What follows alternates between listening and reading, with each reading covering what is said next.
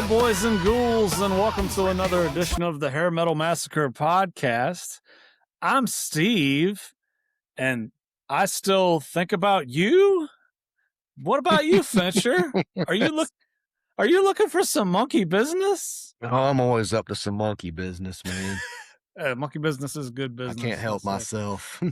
Usually. Well, we're back. I do like ginger snaps, though. I hear you. Ginger's always good with his hair color, I gotta say. Well, last episode, she got yanked from Spotify, but she's still on YouTube. The Cinderella Night songs we're talking about is still available on YouTube and Rumble. So They give you explanation why they pull these things? Copyright infringement, even though I chop it the hell up when I go to the editing to like make it not the congruent song that we listen to. My man gave me a tip though. What we're going to practice tonight and see what happens. Speed it up or slow it down a little.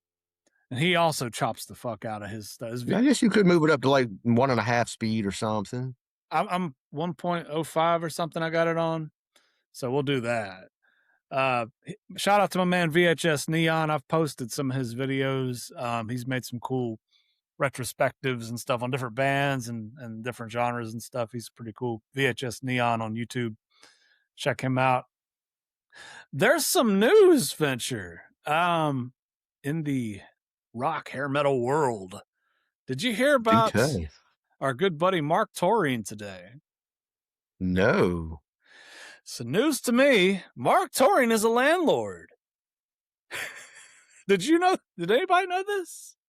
Last I heard, he was kind of a deadbeat dad back on child support payments. About 10 years ago, he got arrested for such. Damn.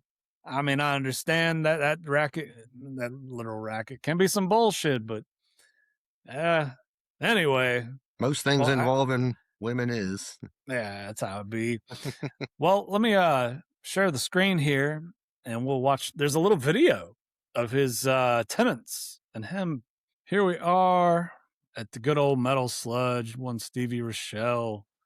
Bullet Boy's Marq has been involved in a dispute with renters who accuse him of being a crooked landlord. Police and paramedics were called. What the actual fuck? Now, I know Bullet Boys are LA based, and I guess, he was smart and bought some property when they made a little cheddar off that first record.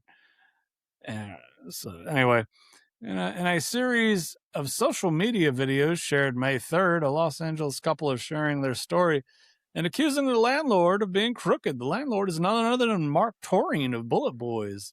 And the video shows an argument between the singer and a male and female couple. The video appeared on Facebook on Sunday night. And it shows Taurine in a heated exchange with a pair of renters, what appears to be the singer's family's property. Oh, it's family property. Okay. Several videos show Taurine in plain view. A single video shows a female, which is alleged to be Taurine's sister, who appeared to be confronting the couple over a rental dispute. Initial video shows Taurine in an exchange with a male, while the female voice is heard on the line with some form of authority. Whether the police paramedics is unclear. The type message that accompanies the clip notes were both called. So let's just go play the video. I guess we could get a better. I sampled this earlier today. I didn't get too deep on it. And Hair Metal Guru, of course, he's on top of it. He's good. Yeah, here we go. Come on. You're going to turn that phone off or get off my property. We're going to pack our things. No, you're not. You're not going to do that. You better shut that off right now. We're packing our things. Are you going to leave? I'm hyperventilating. I'm hyperventilating. You're on drugs. No, I'm not on drugs, Marq. Okay, let's get to that. Here's what she says. I don't normally post stuff like this, but this washed out 80s rock star Marq from the Bullet Boys is a crooked landlord along with his crazy sister. They let people move in, no lease, a $500 deposit, and make them pay cash only, so no record. They are Hotel California. At first, it's pink champagne on ice. But what it really is you can check out anytime you like, but you can never leave. He just screwed over my fake kids. I don't know what that means. Maybe it's people that she is so close to, she feels like they're her kids, but that's what she said. He just screwed over my fake kids, who kindly gave him a 30-day notice and paid him $1,750 for him to turn on them and throw them on the street 3 days later. I hope this goes viral. They had to call the police and the paramedics. Nobody messes with my kids. Now, maybe she's right. Okay, maybe Marq is guilty of that. However, I've seen enough things online of squatters who are screwing over land. Yeah, that do be happening too. Yeah, I hardly ever believe people who come forward with stories like this. 43 years of being alive, there's a thing called pattern recognition. 9 times out of 10, people are full of fucking shit. They just want attention and they want to fucking cry victim. Yeah, renters can be quite a handful. Because I've myself thought about years ago, hell, back in my early 20s, about owning a few properties, and I'm like, oh, the headache of that, the possible headache of that is a gamble. Dude. Pretty much everybody I know that had rental properties has unloaded them. Even my team lead now, I think at one point he had 9 rental properties. He's got 1 left. That's probably because that's a good tenant. Basically, yeah. I think it's somebody that's been there forever, and they're like an old person, and he's like, I'm not going to screw him over. Yeah. But all them other ones, he's fucking sold them off. He's like, fuck this. Justin Brooks' dad, he did the same thing. Oh, okay. He had a bunch of rental properties. He's like, fuck this noise. He unloaded all his rental properties, got into storage unit business. Okay. Well, hope everything gets worked out with that. Hope Marq's up and up landlord. Who knows? We'll find out. We'll keep you posted. We'll be following this story closely here at the Hair Metal Massacre with all the cutting edge news. Well, tonight's record is an anniversary record. Imagine that with us. She turns 35 this year. It's Danger Danger's second record, or sophomore effort, if you will. It's called Screw It. Very on the nose. Thinly veiled. Yeah, thinly veiled. This is on Epic Records, a.k.a. Sony. She was recorded at a studio called New River in Fort Lauderdale, Florida. Suppose the band just kind of wanted to get away from, they're from Jersey, New York, or Queens. They're from Queens. I would want to get away down to Florida too if I were them. It's produced by Bruno, the bass player, and Steve West, the drummer. It came out October of '91. They were totally up down in Florida in the winter recording this, I'd imagine, like February, March '91. And a little backstory on Danger Danger, if you don't know. They were formed in '86. They're on the fluffier side of the hair metal genre. More Warrant, Trickstery, Zone. Who am I thinking? Who am I leaving out? Trickster. Nelson. I was about to say Nelson. That's very fluffy, that first Nelson. But we like some fluff here. Nothing against that. Ladies like to rock you, man. Yeah. So their first record came out in '89, kind of late to the party, but hey, whatever. And we'll get around to reviewing that one. But we're doing this one because it's anniversary. Fetcher, fan of Danger Danger. Generally speaking, yeah. I'm not gonna lie, they're not one of my favorite bands, but I've liked Danger Danger for years. Right time, right place. They're good to throw on. I'd say medium level fan. Met Ted Poley on that first hair metal cruise I did. He gave me a guitar pick. It said Monsters of Rock Cruise. I was like, oh, thanks, man. If you don't know, I've seen Danger Danger at we saw it M3, right? Yeah. Well, they had Trickster's guitar player, Steve, who did the Ace record, the final Ace Frehley record, Steve Brown. That's his name. Anyway, and I've also seen him solo. And, solo, he plays nothing but Danger. I've seen him twice solo, actually. Always a good time. He'll be at Monsters on the Mountain. He claims he's packing it up, working on calling it a career. We'll see. Guys can't get off the stage. Hell, did you see Kiss is doing another landlocked cruise, like in Vegas? Like, it's the cruise, but at a hotel, and they're playing, and it's like, yeah, of course they are. Shout out the Three Sides of the Coin podcast I was listening to today. They're a pretty prominent Kiss podcast, and I swear to you, they're on Gene's payroll now. Like, they're just talking about, hey, everybody, you ought to go. You know, the clock's ticking. You want to get autographs? You want to meet the band? You know, we're all getting older. You know, one day you won't be able to do this. Da-da-da. I was like, because I did an interview with Gene at the fucking thing last year, and I'm like, they got a kickback. They're getting their beak wet on that shit. Yeah, Gene's like, hey, it's going to promote my shit. Yeah, get everybody to come out to it. But I mean, the first one was successful. I don't think that really needs any promotion. So just never say never. In rock or wrestling, you know, people, especially in wrestling, God, people, I'll never go back to that company. Next thing you know, they're back. Yep. That's how it goes. It's all part of it, man. Oh, there are 3 singles. Hold up. Let me get some other info. Oh, Rock Candy magazine had to say this about the record. By the end of the 80s, the hard rock scene was bursting with a number of successful acts spearheaded by the likes of Guns N' Roses, Skid Row, Warrant, Slaughter, and Winger. Originating from New York, Danger Danger seemed poised to capitalize on this wave, especially after scoring success with their self-titled debut album, which broke in the U.S. charts and earned them gold status and extensive MTV airplay. All eyes were therefore on the release of their second album, Screw It, which was issued on October of 91. However, there was a problem. The music scene had changed considerably, leaving melodic, catchy pop rock bands to battle over tougher terrain as the rise of grunge suddenly reared its all-conquering head.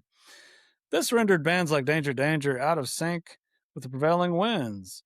This impressive 5-piece had returned to the studio earlier in 91, armed with another collection of insanely catchy songs, with a mindset to bulldoze their way through any tough resistance. The fact of the matter is they did their job delivering an album brimming with potential, sadly with lack of support from their label, radio, and MTV, all switching allegiance at this point to the emerging new scene.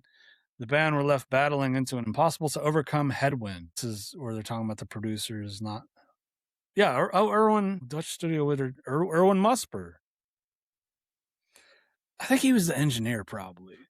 Because the record says the good bass player and drummer. Weird. Yeah, he co-produced, engineered, and mixed the record. Gotcha.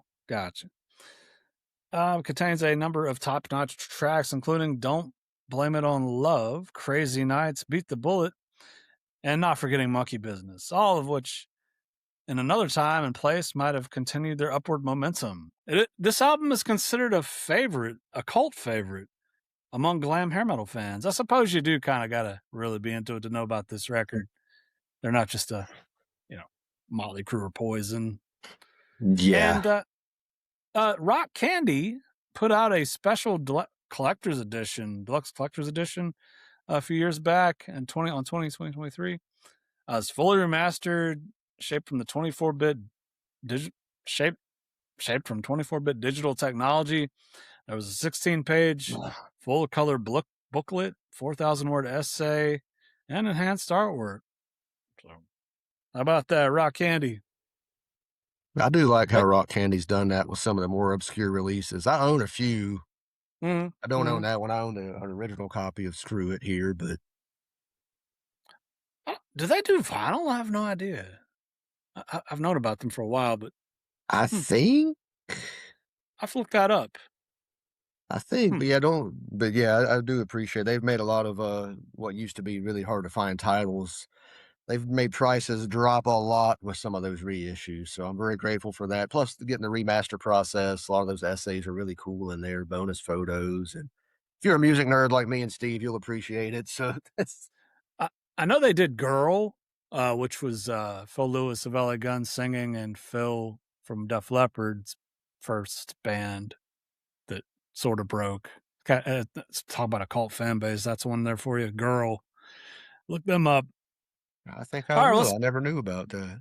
Yeah, they both, both Englishmen, and they had 2 albums at least, and then went their separate Well, I ways. know what I'm doing after we finish recording tonight. Yeah, girl. Is There you go. it on Spotify? Do you know? I think so. Bam. If not, I'll find it somewhere. Well, let's get into it. First song is a single. Well, there's like a little intro. Yeah, It's a Ginger bit- Snaps.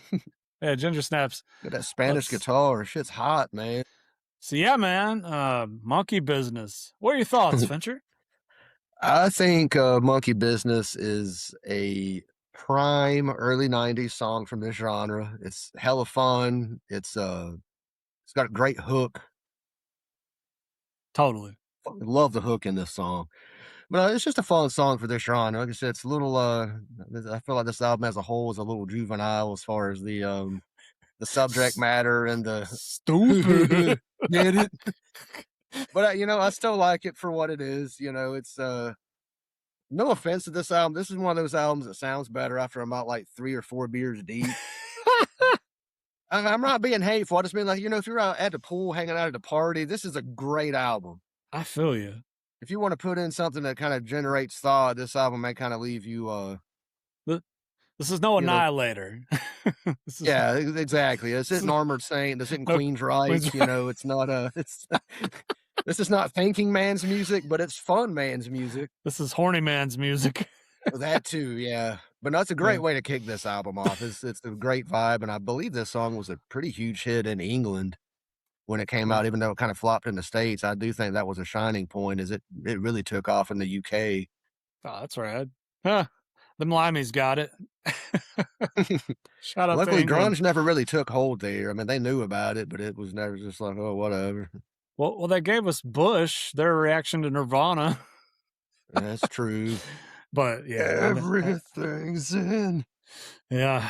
Yeah, I mean, this is totally like a fun song. Like, dude, the riff is catchy as hell. Everything about it's just a hook. Mm-hmm. And the video, good God, there's some hot lady action in that fucking video. They know. No, there's some eye candy for sure. Mama. So put this one on your playlist, at least this track. Especially your summertime pool parties. You got to. Yeah, it's totally pool party music. Yeah. All right, let's get to the next track. I want to Slipper the Big One.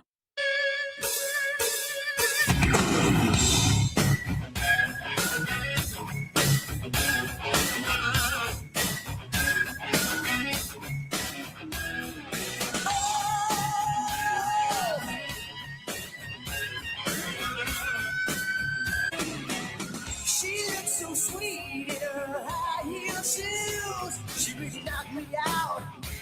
Did me with a spark in her eye, and she said, "Come on, baby, we could have a good time." So I slipped her the big one.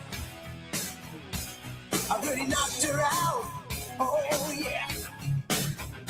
Slipped her the big one. I really knocked her out. Oh yeah. All right, I thought there was maybe a solo, but I guess she's just repetitive and chill, bopping along to her beat. Here's Slipping Her the Big One. Fincher thoughts song about summer sausages. Exactly. Polish kielbasa. I mean, what else is there to say about this song? It's dumb. It's fun. I mean, it's equal parts. It's very dumb, but it's also very fun. You can't beat dumb fun. It's just being honest. This is this dumb juvenile dude music, They were like, we're writing this is just guys hanging out, having a good time. It's like, nobody's being real serious about nothing. It's just fucking good time shit. I can see the acid wash jeans and the bum equipment or hypercolor shirts, the backwards hat and the Budweiser's popping open. I can envision it all right here. Like 91, bro, or 92. Well, take me back. Yeah. Spuds McKenzie. I busted out my Spuds McKenzie t-shirt from '87. Oh yeah, a couple weekends ago. Shout out to Spuds McKenzie. He's great. I've always wanted to write a song called Spuds McKenzie, but it's never really worked. Like just as a song title, had nothing to do with the song. But I'll get around to it one of these days. Yeah, Spence McKenzie. It's just a kind of a what do you call that? Moderate rock bopper. She don't get really too crazy with the tempo. I think it's one of the 3 best songs on the album too. This one coming up, Beat the Bullet. I think she was a single, and this is like the opener of their live album. This song. And interesting. Funnily enough, Ted Poley is not the singer on the live album. Yeah, they split. I don't know exactly what happened. I should have been a good podcast host and looked that up. But they kissed and made up, obviously, years later. There's another guy singing on that live album, Live Nude Tonight, or whatever the hell it's called, from 95. But here we go. I'm going to Beat the Bullet. Also the name of a Vane song. Before this. Also a good song.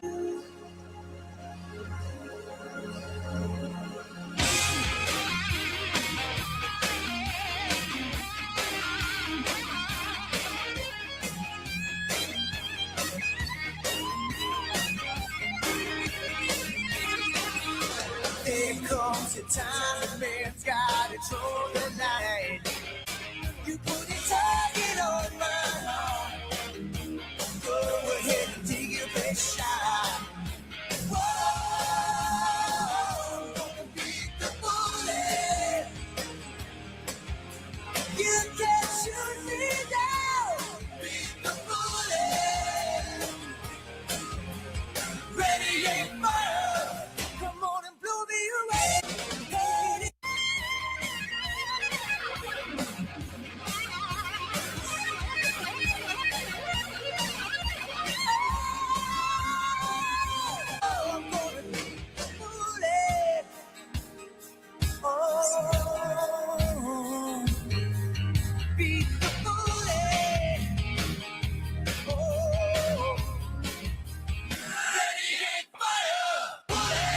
Fetch your thoughts on Beat the Bullet. I like to know what other people think, whether you agree with me or not, but I feel like anybody who's never listened to this album, at least for me, this song really stands out in the genre as a whole. I don't feel like the song doesn't fall into any trope. The song doesn't fall into any kind of stereotype. And it's also abnormally mature for the rest of this album. Yeah. In a sense. But I'm a big fan of this song, man. I really am. It's just there's something intangible about it that just grabs me. I feel you. It's not a stereotypical ballad. It doesn't sound like some forced bullshit. It's I don't know, man. Lyrically, it's great. Musically, it's great. I love those kind of Spanish guitar touches because I'm a fucking nerd like that. But I enjoy the juxtaposition of, like I said, this song compared to the others on the record. It's way more mature and lyrically. No, it's out on its own island, but yeah, I love it, man. It's dealing with real shit and test me, bro. But yeah, it's got a whole different feel, and that intro is cool, and what I really like is the chorus, how they add that acoustic guitar. Oh fuck yeah, man! That's what's up. That's what's up. Like the song should have been in Wayne's World 2. Oh yeah. I feel like it should have been. I feel like it would have fit on the Wayne's World 2 soundtrack. In my opinion, this is one of the songs of all of the late era, kind of early 90s of this genre. Are you like me? I feel like this song really stood a chance about putting grunge back in its place. I hear you. Because it was so unique, you know what I mean? I mean, it's nothing mind-blowing, but there's an aura, an audio vibe about the song. It holds its own. Not falling to any tropes. It's not like like one of those soft, heavy songs. It's not just some obligatory ballad. It holds its own. It's coming out swinging. It's raw. Yeah. Are you like me? He's talking about Wayne's World soundtrack. Can you remember the smell of a Warner Brothers tape? Like the paper it had a very distinct smell, and the tapes were blue. Yep. That takes me back. Wow. Absolutely, man. I'm pretty sure I had the Wayne's World 1 soundtrack on. Yeah. I've got it on CD somewhere around here. I think I've got the second one too, I think. Swing. Yeah. Gotcha. Abraham Lincoln. Yeah. Whatever happened to Mike Myers? He disappeared. I think No, he got woke and unfunny. he popped up in the Queen movie. He was a record exec or something. I was like, shit, that's Mike Myers. Oh. And it breaks my heart that they never made the fourth Austin Powers. They were talking about For Your Thighs Only. That would have been cool. Goldmember was but yeah, that would have been cool. For Your Thighs Only. Those were also really dumb but really fun movies. Yeah, I remember listening to like on Sirius the Little Steven's Underground Garage, and they'll have that English guy on Saturdays. I guess he's still on there. I don't know. And like he was talking about he doesn't like, because this guy was older. He was like, I guess probably a mod back in the day. He's like, oh, I don't like Austin Powers. It basically shits on the 60s. I'm like, yeah, but that's why it's funny. It's like, yeah, bro. Yeah. I'll never forget that for some reason. I was like, yeah, you got a point, but still, it's what's funny. Is this Think About You? It is. I still think about you.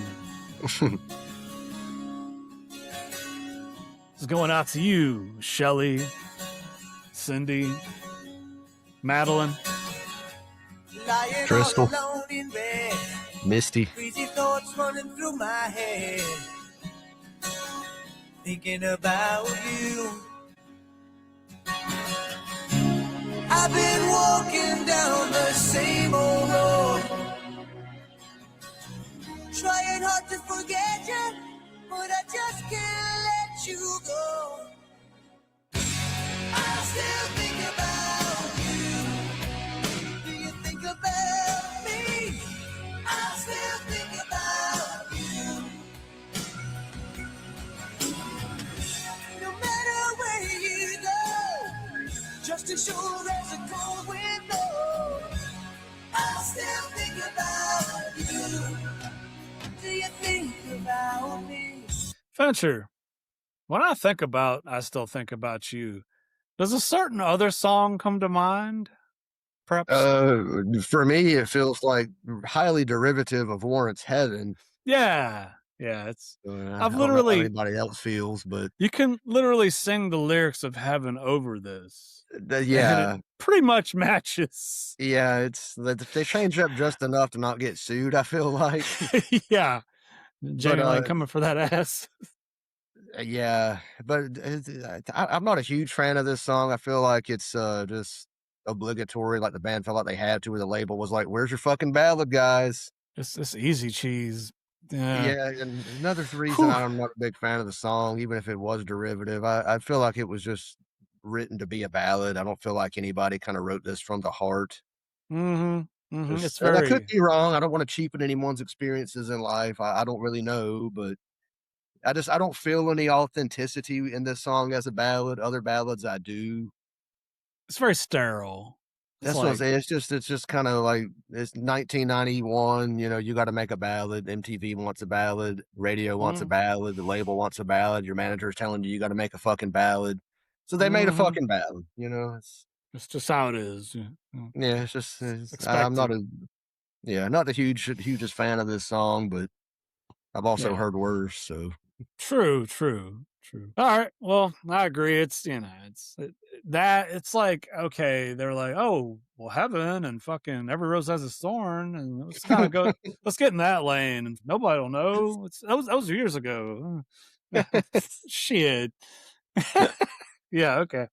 So anyway, let's move on to the next one. We got a lot of tracks on this bitch. Please get your shit together. Here we are, the movie soundtrack song. For sure. Hey, honey, think it's so funny that you said romance and queen. Jukebox junkie, find another flunky. I'm tired of that old scene. Here, kitty, you're so damn pretty, but your looks ain't good enough. You put the bus and take it to the promised land, but you're going nowhere fast. The lines on your face getting clear.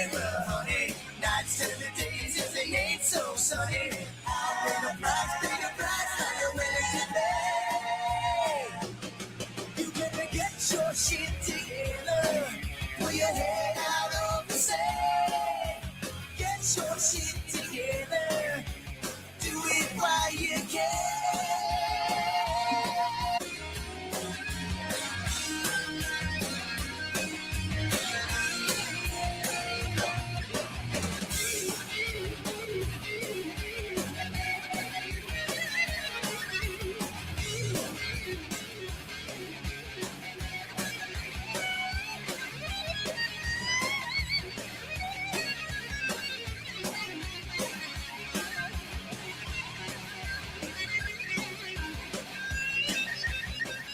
I've got it. It's like a chase scene in the movie, right? Absolutely. Like they stole something and they're on the run, and or also envision like skydiving to this quick edit skydiving collage of stuff. I don't Point Break-ish. I don't know. Shout out to Point Break, great movie. Thoughts on Get Your Shit Together, Fetch? It's an overall fun song, but I feel like at this point we're just licking stamps and mailing stuff in. To be honest with you, it's just the label saying the studio time. We made them a gold record. Let's just make a bunch of shit. You know, we're getting fucked up. Whatever. It's a fun song, but it's in my opinion, it's pretty uninspired. Like I said earlier at the start of the show, this album I feel like overall about 3 beers deep hits a lot harder than if you're just trying to listen to this thing sober. It's like, now, what kind of beer are we talking? 3 beers deep. Oh, any kind of beer, man. I feel like it's a very Coors Light kind of album. Although I don't fuck with Coors Light, I feel like it's a very Coors Light kind of album. Yeah, it's Coors Light, Miller Lite album. Yeah, we're both Miller Lite guys, in case no one knew. Yeah. So, yeah, you know the fuck they were partying down in Fort Lauderdale, like making this record. Yeah, I wonder how many Teddy bars are in Fort Lauderdale? Probably plenty. Especially back then, like Fort Lauderdale wasn't really cleaned up in the city it is today. Right, It wasn't rich people Miami back then. Probably still a little seedier, a little dirtier. Yep, I could see it now. Bruno and the boys. Well, let's move on to the next song. Yeah, you know the song's get it together, girl. You know what I'm saying? What are you doing? Speaking of strippers, when the stripper chick's like 35, it's like, honey, what? You can go to tech or something? What are you still stripping? Like, I mean, some ladies can hold it up. Shout out to Marissa Tomei and The Wrestler. She was still holding it down as an older stripper, but it's few and far between, I guess. Yeah, sure. Next track, Crazy Nights.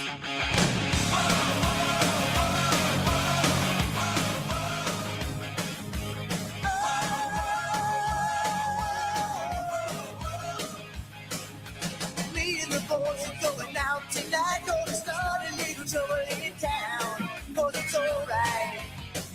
I instantly think of playing whack-a-mole to this song, like arcade montage. Yes. Yeah, it's alright.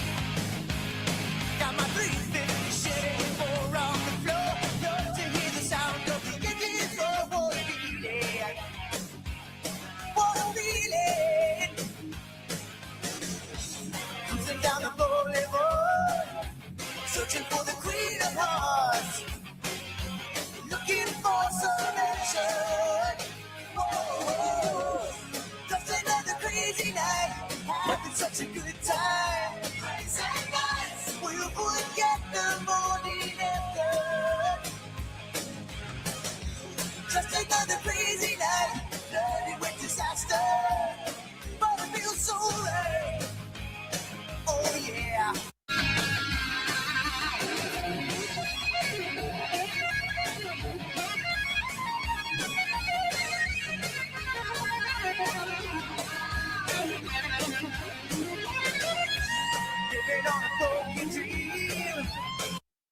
So I guess they were like, hey, you know, Wild in the Streets by Bon Jovi. We want one of those too. So Yeah. we're from New York. Oh, they're from Jersey. Oh, Crazy Nights. Wait, Kiss had Crazy Nights too. But that's more about playing the shows. And don't forget, Priest had Wild Nights, Hot Crazy Days from Turbo, one of the few good songs on Turbo. You like that one? I appreciate Turbo more than a lot of people do. It's got more gems than people give it credit for. That's what I'm saying. I don't love it, but a lot of people just totally shit on that record. I'm like, nah, Turbo isn't their greatest work, but don't shit on it like that. They've got worse in their catalog. The big time. Big time. Yeah, anything to say about Crazy Nights, Venture? Be honest, I'm going to piggyback on you. I feel like it's another kind of fun but highly derivative and somewhat lazy track. I think it's just kind of ripping off of like you said, Bon Jovi's Wild in the Streets. Well, yeah, Crazy Nights, Wild in the Streets. I mean, it sounds like a good time though. You combine those two, but yeah, it's like I say, it's a fun song. It's not really. It's about the same beat as the last song, the BPM. I'm like, that's what I'm saying. I feel like they're just kind of mailing shit in. They're like, oh yeah. Well, we already had that drum track. Let's throw some fucking shit on top of it. I wonder if the logic was like, 2 hits. That's all that matters. No one's gonna listen to the rest of it. Well, to be honest with you, man, I think that probably honestly had something to tie in with it because back in this era, I don't have to tell you, people of a certain age know MTV at that point was bigger than radio. Mm-hmm. So if you had one, maybe 2 big hits, big videos on MTV that would be played at least moderately on rotation for a good year and a half, album quality really didn't matter so much unless you were just the type band who cared about such a thing. Right. But like you were saying earlier, I think these guys are just more like, let's party, make a couple of good hits, make some more money, go on tour. Not everyone's out there making a Queensrÿche empire. Yeah. No. Definitely not. You know what's always bothered me about that album cover, how it's all pixelated? It's like, you think they'd have updated that. I don't know. Like a remastered well, my thoughts on that was, I think when it came out in 90, that pixelated shit looked like highly futuristic. It was like, whoa, computer graphics, holy shit. Yeah, true. But then you fast forward, it looks like shit. But back in those days, it was like, whoa.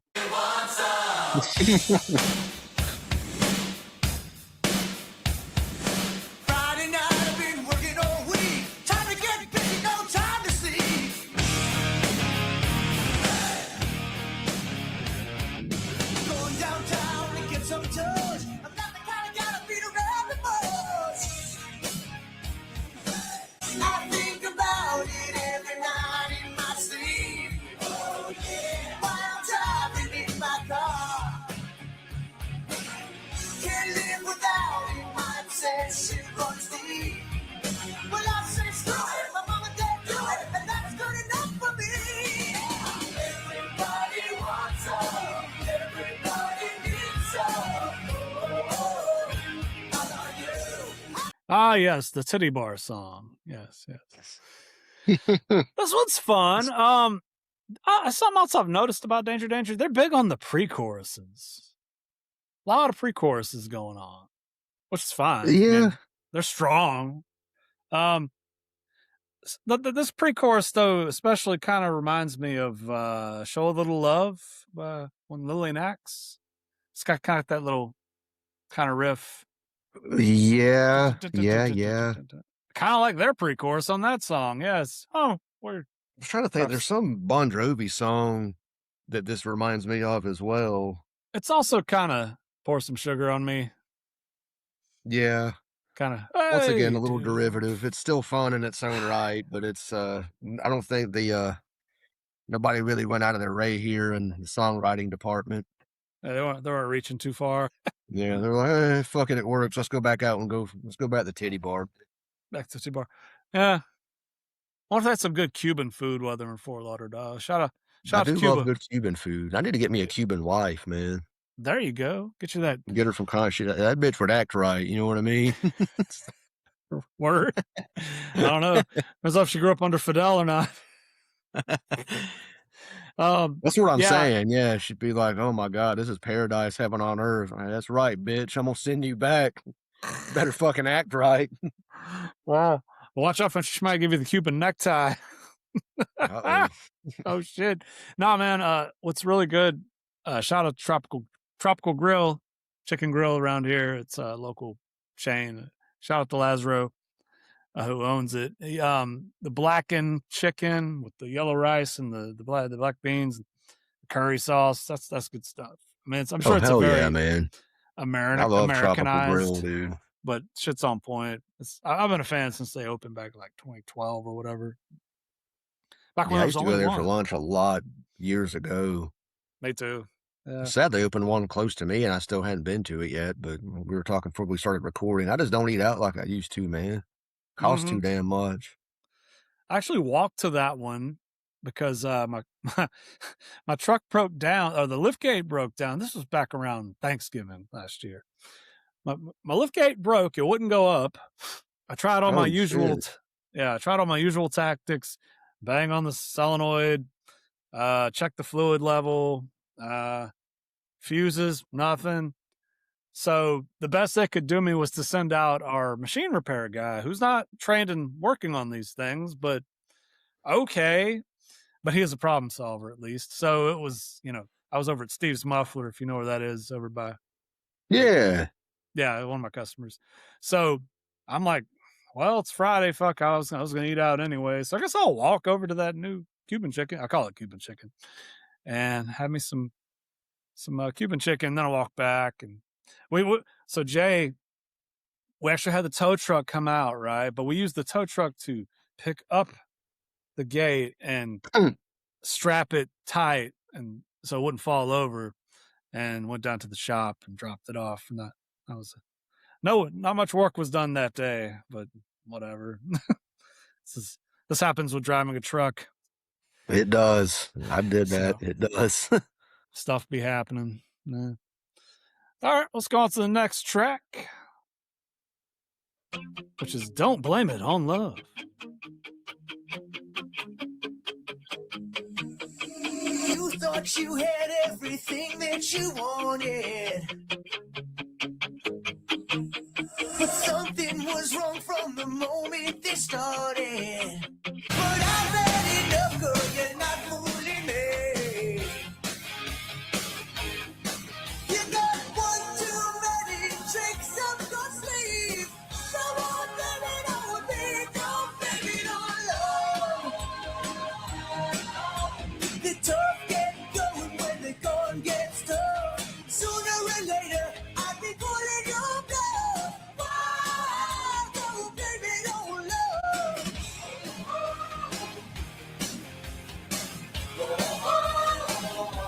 What? What is that from? It's derivative of something. Man, we're really crapping on the danger, but I mean, we're just being critical. That's our job, man. And everything ain't gonna be the best. Everything ain't roses and puppy dogs. It's like everything else in life, man. Every day ain't fucking sunshine and roses. Sometimes you got to go through some dog shit. Not that this album's dog shit. I'm not at it that bad. I agree. There's another song. I feel like this song reminds me of a lesser known band, not necessarily a hair band, but like a harder rock band. But I wish I could think about what I'm. I don't know. It's right on the tip of my tongue, and I know I've heard it, but I listen to too much fucking music for me to be able to. I know the feeling. I got way too much shit floating around in my head, music wise, all the time. Mm-hmm. You ever get like annoyed at some song gets stuck in your head for no reason? It just kind of pops up. It's like, wait, why? Dude, I'm not lying to you. About 10 years ago, when I was at the peak of about to lose my mind, this is no bullshit. For like 15 months straight, every fucking day, as soon as my eyes would open up and I would wake up, goddamn Lick It Up was playing in my brain. I was like, fucking stop. God damn it. It's every fucking waking moment was Lick It Up. And I could not make it stop. And I was like, I'm going to fucking kill myself. This is. But, anyway, I guess there's worse songs, but too much of a good thing is a bad thing. I thought that was just an inside joke with all y'all. Jesus, so it was really stuck in your head. Wake up from a nap, like, Look It Up. God damn it. All right, next track. Coming Home.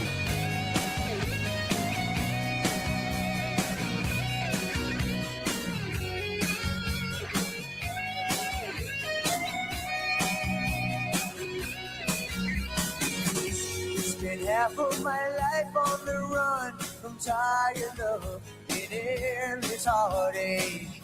I feel like I'm ready for a change.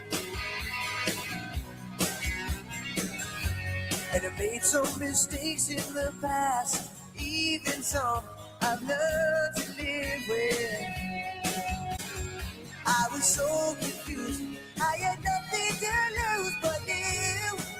And that's the last thing I wanted. I'm coming home.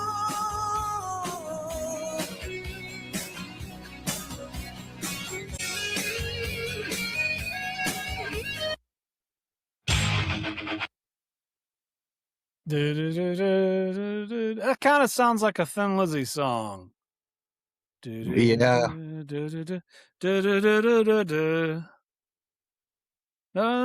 It kind of sounds like Soldier of Fortune, actually.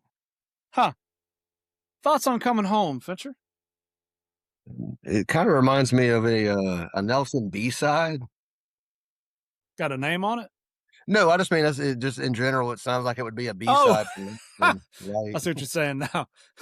Yeah, it's kind of once Nelson. again, I'll say this: it's a well-written song, even though it does sound very sterile and cheap and soulless and heartless. But it is executed well and it's produced very well. Give it credit where credit's due. Before we start, this whole album, regardless of the quality of the songs, I feel like the band's on point. Oh yeah, as far as musicianship and like executing it, like they're there. But just I don't know. This song just feels like just.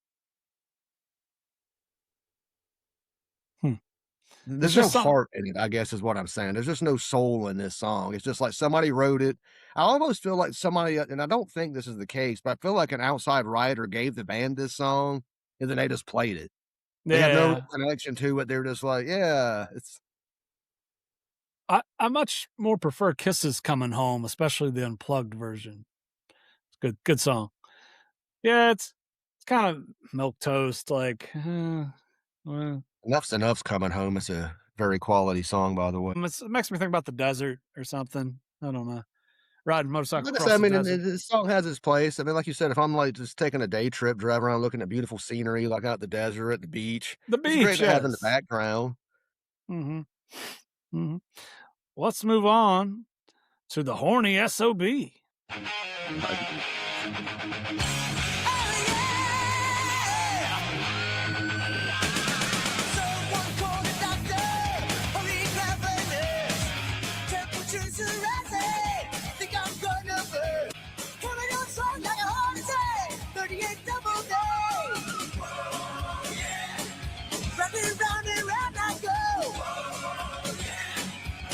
Stop, I can't say no, I got sex on the brain. It's nothing me insane. I got the edge, I got the edge. I keep on scratching, but it only makes me sweat. I'm in love, I'm in lust, I'm in need of a fish. I'm a horny son of a bitch.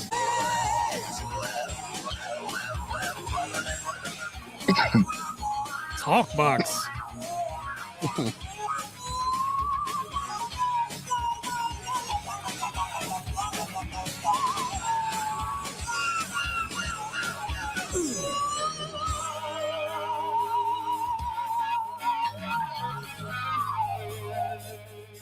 You know what's weird? They do a lot of 2 guitar shit for a 1 guitar band. Yeah,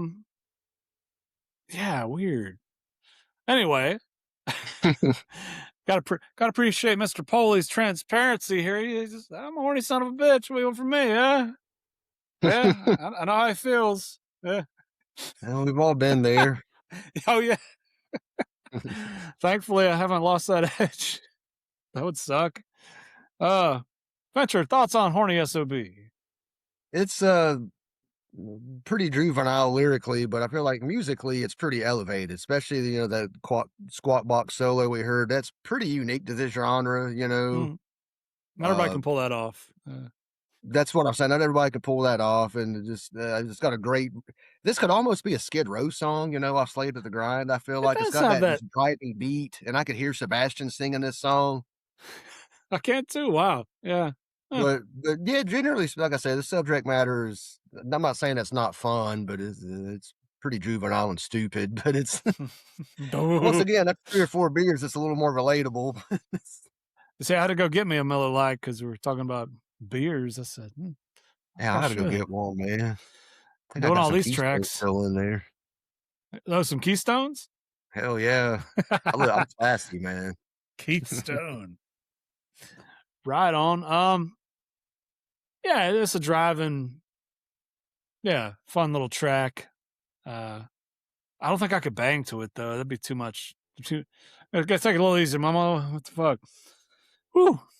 It's like the type of song I would want to hear if it was possible. Like I'm at Myrtle Beach, right? You have a few drinks at the Bowery, you're leaving, you're walking back to the Strip, you're gonna go down the block to the arcade.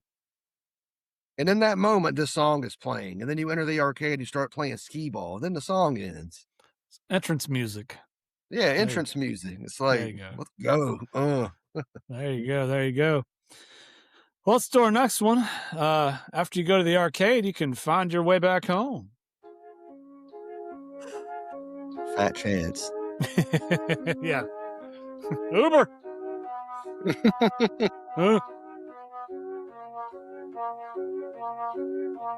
I still remember how you looked the day we met.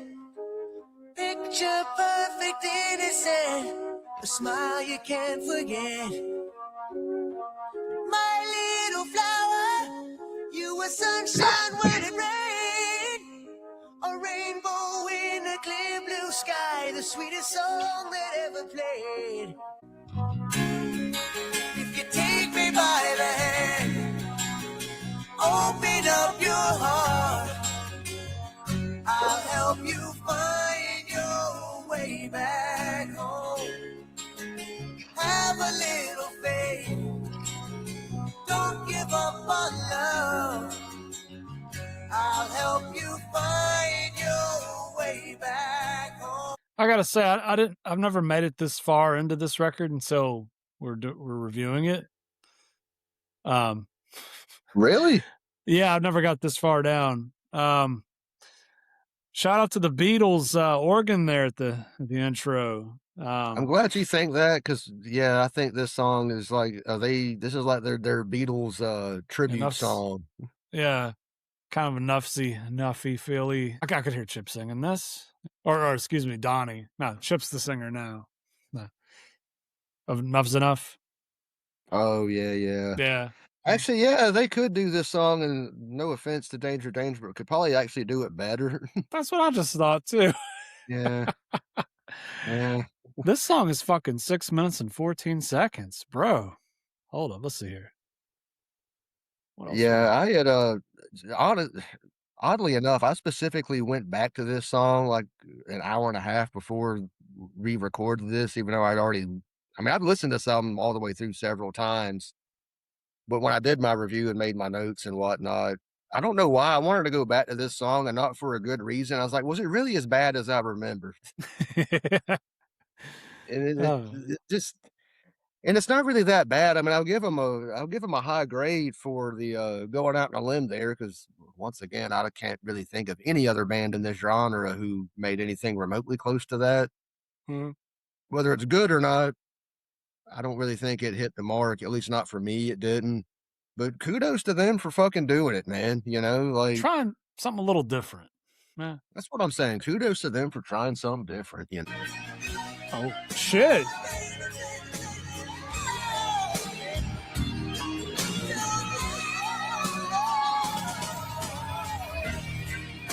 Reminds me of a song, I can't remember the name of it right now, off Enough's Enough second album, String. Stay tuned, kids. We'll be reviewing that one day too. That's actually one of the Rock Candy reissues I have. I got the original version and the Rock Candy reissue. Sweet. All right, next track.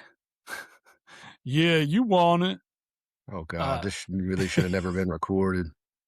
Yeah, this is worse than Guns N' Roses' My World. That's exactly what I thought. Yeah, it's, and I honestly, it's hard to be worse than that. I mean, it's like, let's get our Run DMC Beastie Boys on. We're from Queens. Fuck it. This is what they were thinking. Oh, let's. Laser tag. Right. Shit. I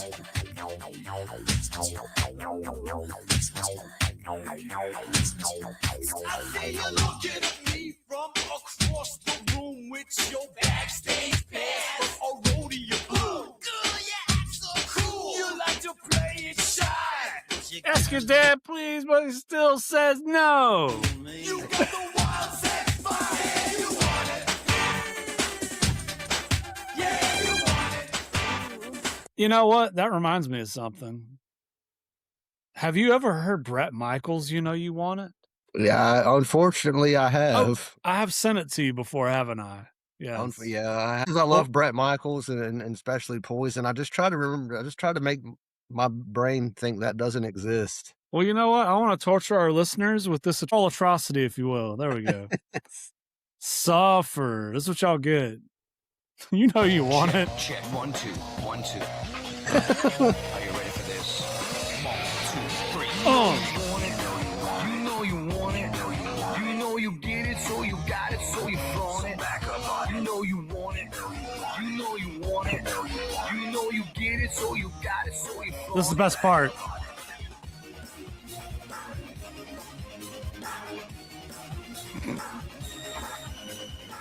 You like this party? You're dressed to kill. You know you own it in them 6-inch heels. Who in Brett's camp said, yeah, dog, that's a good idea. You should fucking put that out. Like he's in the you want it? Like, yeah, Can dog. we review the Macho Man Randy Savage rap album? He does, and they re-released that shit on vinyl. Dear God. Recently too. I'm like, I discovered that by chance back in the 90s going to Walmart with a buddy of mine, and I was like, what the fuck is this? And I was like, I bought it, and then I was like, what the fuck is this? Macho Man rapping, dog. I've still got that somewhere around here. That's probably in a box in the attic because I don't want to look at it. But yeah, if I'm not mistaken, it was reissued on it was orange vinyl. I was like, why does this exist? Or maybe it was hot pink. Hell, I can't remember. But I was very not interested in buying it. I was just like, I guess there's a cult fan base for everything now. Everything's got its niche, yeah. Everybody's a hipster in their own way. This is true. These days, hell. And people, we're going to skip the very last track because it's just kind of a reprise of Get Your Shit Together. Not good. I feel like them adding those last two tracks actually made the quality of the album go down. Doom. It would have left those two doo-doo things off. It would have left a better impression on people. Yeah. And it also made me think, as much as I love this genre, I mean, hell, I'm a co-host on this podcast, but I'm like, that's exactly why this shit died. These guys got so fucking cornballed and were stupid with shit. Who wants to fucking listen to that? Y'all driving that death knell. Damn, why? Yeah. It's like, guys, if it wasn't already going bad enough, y'all just made it worse. Mm-hmm. Well, it's that time again, Fincher. Will we whip out our gold skulls and give our rating for the record? I'm interested to hear your points. What you thought was great, what you thought was whack. For Danger, Danger, Screw It, their sophomore effort from 1991. I feel like the album starts off hella interesting and hella strong. And I feel like that continues up until the fourth track. And I feel like it goes down a little bit there. Generally, it goes down, but it doesn't stay that. There's a couple of tracks in there that kind of raise it back up.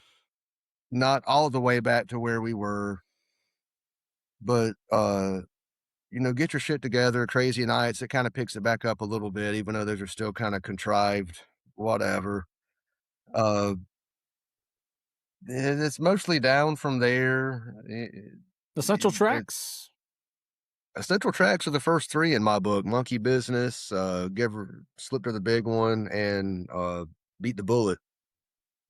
This album really did start off with a fucking bang, and Beat Your Bullet, I feel like, or not Beat Your Bullet, Beat the Bullet It's I the beat my highlight bullet track. a time or two.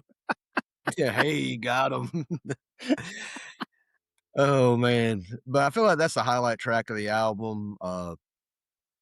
Just like I pointed out during the actual songs review, I can't think of any other song in his genre that is similar in sound and vibe to that one. It crushes. It's got a great energy. It's not corny. I don't feel like it's not contrived. But also the first two tracks are both hella fun party songs, you know, except I'm hanging out with people and the party's going on, monkey business, Slip to the Big One comes on, I'm like, yeah, party time. But yeah, it's unfortunate. I feel like they couldn't keep that, the quality of the musicianship's there. Like I said, in this album is beautifully produced. Even the original non-remastered version, it sounds great, even nowadays, 35 years later, through a proper stereo. But yeah, that I'm still wrestling with what my final score is on this, but I know I'm going to have to pick one. You want me to do mine when we come back? No, I'm just going to go ahead and throw out and give it 2. Cool. I'm just going to give it 2. I hear you. I'll say, you know, yeah, the songwriting's there, the strong pre-choruses are there, but yeah, it just okay. Hey, there's too many fucking songs, even though it's 13 songs. Got an instrumental. No, wait, is it 13? 1, 2, 3, 4, 5. It's like 15 total. But there's like multiple parts, like the intros to other ones. So if they split those up, it would be a 17 track album. Oh wow, yeah, true. Yeah, it's too much. I mean, most records, I think you should keep it 12 and under record number songs. Maybe saved some of these tracks for an EP that with some live tracks after the 100%. tour. Yep. I mean, it would have been a good idea. I don't know who's managing them at the time, but anyway. My only guess, and I don't want to cut you off, was I can only assume this album had a huge recording budget. And I can tell by looking at the original copy from 91, this album was DDD all the way across. This album was demos are in digital, back recording was in digital, final mastering was all digital, which for 91 was pretty fucking expensive. You know what I mean? Like most shit back then. That's printed on there, DDD? Yeah. Oh, it's a thing. I was not aware of this. Oh, you don't know like old CDs, but yeah, most albums at this time were AAD. It was like analog demoing, analog like kind of mixing, and then the final version was mastered and mixed in digital. Oh, okay. Today I learned. Oh, well. I didn't know that coding was on there. Wow. I thought I was, but yeah. Yeah, if you ever look at like older albums, so especially from like the later 80s and early 90s, there's usually a 3-digit code on a lot of those. It's either AAD, ADD, DDD. If it was a full analog, it would just say nothing, but it's on music fact. But yeah, I guess I'm a bigger music nerd than I realized knowing that type stuff. But yeah, I'd never heard of such. Wow, that's cool. That's cool. Yeah, but it being like fully recorded and all digital, plus it had some sort of, I don't know if you were aware of this in the early 90s. They was like a bunch of these like digital processing sound systems that were supposed to like, I think it was kind of like a, what's that big digital recording software now? Oh, Pro Tools. Yeah, it's kind of like Pro like Tools where anybody could just use it. It was that type of shit. Gotcha. And this was like, what is it? It's very small font, but it's Ronald or something sound system. There's a couple of, one of the bigger ones. Either that's, I don't want to get too off track, but I can only assume their budget was huge, and that's why they had so many tracks on this fucking album and why it was recorded the way it was. And I wonder if they're also kind of like, hell, this might be our last. Maybe they only had a 2-album deal with it. They might have only had a 2-album deal, or maybe their manager was like, hey guys, the writing's on the wall, milk this shit, just like Winker did with Pool. Something's right around the corner. I don't know. Yeah. I got a feeling. Yeah, I'm also 2 Gold Skulls. And of course, first 3 tracks are, I'd say those are definitely the essentials. Fun. Polly's always fun live. People go see Polly. He's great live. I recommend it. So is Danger if they ever actually play a show, which is very rarely. So I have an idea for our next record. What's that? We've discussed this before, but it's been a while. Matter of fact, I remember where I was when we discussed it via text. Casanova, their debut album, self-titled, I believe, also from 91. Nice. People will see the I like to graphic here. revisit some of the lesser known things. Yeah, we're going deep in the murky waters of hair metal albums you may not have heard before. We do the big and the small here. We're not afraid Hey, of well, nothing. to blow your socks off, man. Yeah, a lot of times, yeah. Well, everybody, thanks for listening. Please get on Rumble. Well, first off, get on Rumble. It's better than YouTube. They still believe in free speech, and Rumble's great. So you make sure you get all of our episodes. We're trying our best to stay avoidant of copyright strikes and other spots, but we'll see. I'll see if this little experiment works with speeding the tracks up and all. All right.